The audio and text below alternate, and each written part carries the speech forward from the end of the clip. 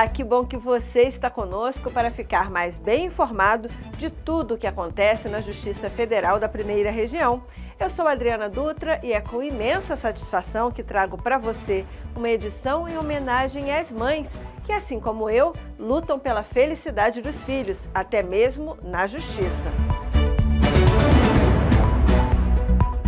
O TRF da Primeira Região garante indenização de R$200 mil à família de criança que sofreu danos em decorrência de vacina.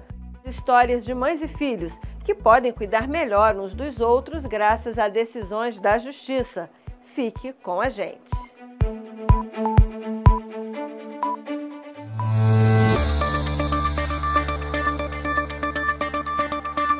Toda mãe sabe que seguir corretamente o calendário de vacinação infantil faz a diferença para proteger as crianças contra várias doenças. Além disso, essa é a principal forma de controlar epidemias e impedir que algumas doenças voltem.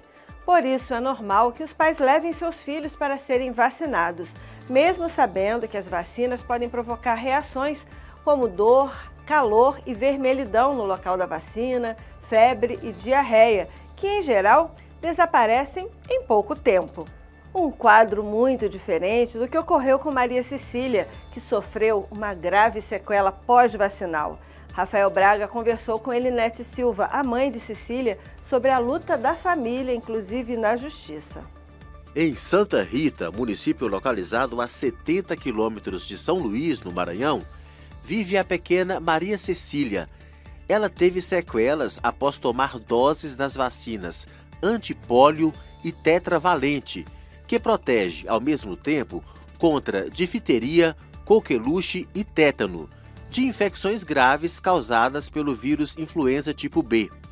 A mãe, Elinete Souza da Silva, conta que, após as vacinas, a criança teve reações e foi levada várias vezes a um hospital público no interior. A resposta ouvida pela mãe era que a situação seria passageira. Eu falava para os médicos que foi depois da vacina que tinha acontecido isso, né? Aí eles me passavam os remédios, eu ia para casa, mas nada da febre parar. E em nenhum momento me mandaram assim para outra capital que tinha mais recursos, no caso São Luís, né? Somente quando a febre passou e Cecília já não se movia mais como antes, apresentando sinais de paralisia, é que a mãe foi encaminhada a um neuropediatra. Quando eu contei a situação, tudo de como tinha acontecido, ele na lata ele disse logo, olha, foi a vacina. Foi o vírus da vacina que afetou o CNC dela, o Sistema Nervoso Central. E bora cuidar de botar ela na fisioterapia para ver se não perde esse caso. No caso, perder que ele queria dizer, para ver se ela não ficava com sequela, né? Só que aí, ela não, até hoje ela não conseguiu. Eu não fico assim abalada de falar. Não tem como me emocionar. Cecília sofreu a sequela denominada encefalomielite pós-vacinal e, de acordo com laudos médicos, desenvolveu transtorno específico do desenvolvimento motor, além de paralisia cerebral estática, paralisia cerebral infantil, convulsões e desnutrição. O caso dela veio parar aqui no Tribunal Regional Federal da Primeira Região em Brasília, depois que, na primeira instância, a União foi condenada a pagar R$400 mil a título de indenização pelos danos sofridos em decorrência da vacina. Houve a chamada remessa necessária da decisão aqui para o tribunal e a União conseguiu que o valor da indenização fosse fixado em R$200 mil. De acordo com a quarta turma do TRF1, a fixação deste valor levou em conta parâmetros indenizatórios adotados por outros tribunais em casos semelhantes. Conversamos com o advogado Joelson Pinheiro, que está no caso desde o começo. Ele explica que a tese defendida é que houve negligência na administração da dose de vacina que tem probabilidade de causar danos. Houve uma negligência por parte dos profissionais de saúde que, à época, não encaminharam a criança para um médico especialista e, por conta dessa negligência, desse ato falho, vimos que ela teria sim um direito a uma indenização. E aí vimos também que a responsabilidade seria uma responsabilidade objetiva, ou seja, nesse caso, independente da culpa, a União o município e a União. O município, por conta que foi o município que administrou as doses da vacina na criança e não depois que foi procurado, não encaminhou a criança aos especialistas, e a União pela culpa objetiva, uma vez que a vacina ela tem uma probabilidade de causar danos. O advogado salienta que a justiça é o único meio que as vítimas deste tipo de problema têm para buscar formas de minimizar o dano suportado. Geralmente, esses casos acontecem com pessoas que são pobres e que têm pouco conhecimento. Na maioria das vezes, que moram até em cidades pequenas e distantes da capital, onde não existe ali um atendimento médico especializado. De forma que buscar a justiça é o único meio dessas pessoas conseguirem um meio de se manter, de manter um tratamento digno, pelo menos enquanto recebem a indenização. O caso chama a atenção para cuidados que devem ser observados por quem leva a criança para vacinar e por quem administra a vacina. Explicar sobre os efeitos, as reações que podem ser causadas pela vacina, estão entre as medidas que devem ser tomadas, conforme explica o médico infectologista Wesley Júnior. O meu cuidado sempre é tentar levar a criança saudável. O que nós queremos dizer? Evitar que a doença tenha alguma doença ativa, esteja com febre, esteja fazendo algum tratamento naquele momento, porque tudo isso influencia como que o corpo vai reagir com a vacina. E o cuidado mais importante de quem faz a vacina é orientar essas pessoas. Orientar no quê? Nos possíveis efeitos comuns, ou seja, esperados para aquela vacina, e se aquilo que quando estiver fora do comum.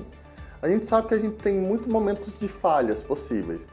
Você pode ter uma contaminação na hora que se aplica a vacina. Por isso que hoje em dia não se passa mais álcool, passa só um algodão seco, que é para retirar a sujeira e a aplicação.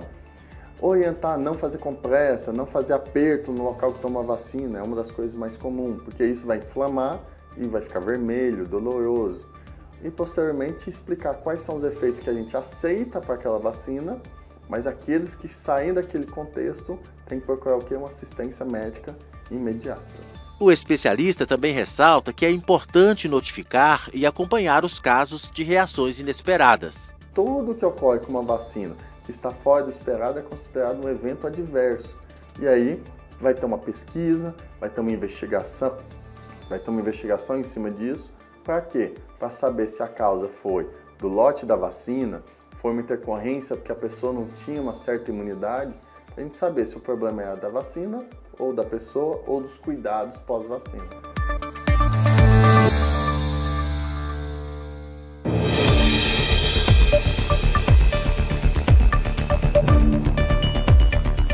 Neste final de semana, comemoramos o Dia das Mães, mas durante todo o ano a Justiça Federal julga ações envolvendo mães e filhos. Confira com Ana Paula Souza. Uma mãe haitiana conseguiu na Justiça Federal uma liminar autorizando excepcionalmente seu ingresso em solo brasileiro sem o visto para que ela pudesse se reunir com o filho que vive regularmente no Brasil desde 2018. Mãe e filho relataram que a Embaixada Brasileira na capital do Haiti vinha operando de modo precário e o posto consular também não funcionava para emissão do visto, nem mesmo no modo online.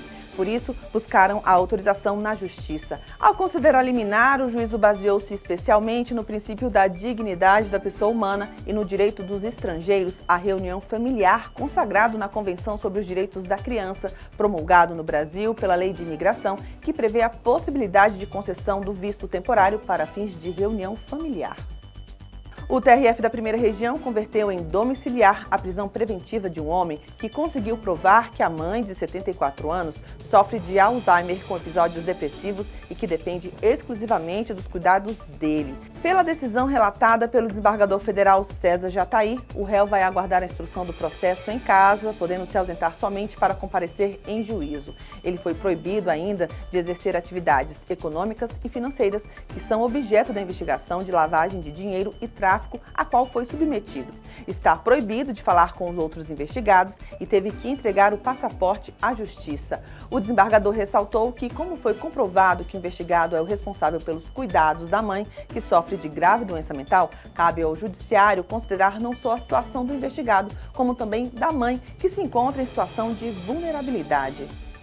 A mãe de um adolescente de 12 anos conseguiu a medida de prisão domiciliar para poder cuidar do filho, diagnosticado com síndrome de Asperger, que afeta o desenvolvimento e demanda deslocamentos para tratamentos. Ao analisar o caso, o relator juiz federal convocado Saulo Casale Bahia destacou que a medida não interfere no andamento do processo, já que a mãe terá que comparecer à sede do juízo a cada 40 dias. E o filho de uma paciente de câncer foi autorizado pela Justiça a utilizar o Fundo de Garantia do Tempo de Serviço para tratamento da doença grave da mãe. Ele comprovou ser o responsável pelas despesas médicas. Em sua decisão, o desembargador federal Carlos Augusto Pires Brandão citou jurisprudência do Superior Tribunal de Justiça que assegura a liberação do saldo do FGTS em situações nas quais os direitos fundamentais estejam ameaçados, como no caso de doença grave do titular ou de um de seus dependentes, mesmo se tratando de doença não prevista na forma expressa da legislação que trata do FGTS.